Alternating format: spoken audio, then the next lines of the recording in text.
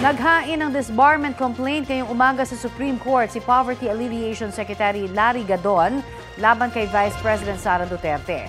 Kaugnay po yan sa pagmumura at umano'y pagbabanta ng bise kay Pangulong Bongbong Marcos sa isang press con noong Sabado. Kinumpirma rin ng Supreme Court o SC kahapon na nakatanggap sila ng anonymous disbarment complaint laban kay Vice President Duterte.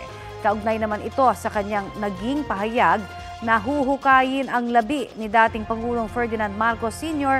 sa libingan ng mga bayani at itatapon sa West Philippine Sea.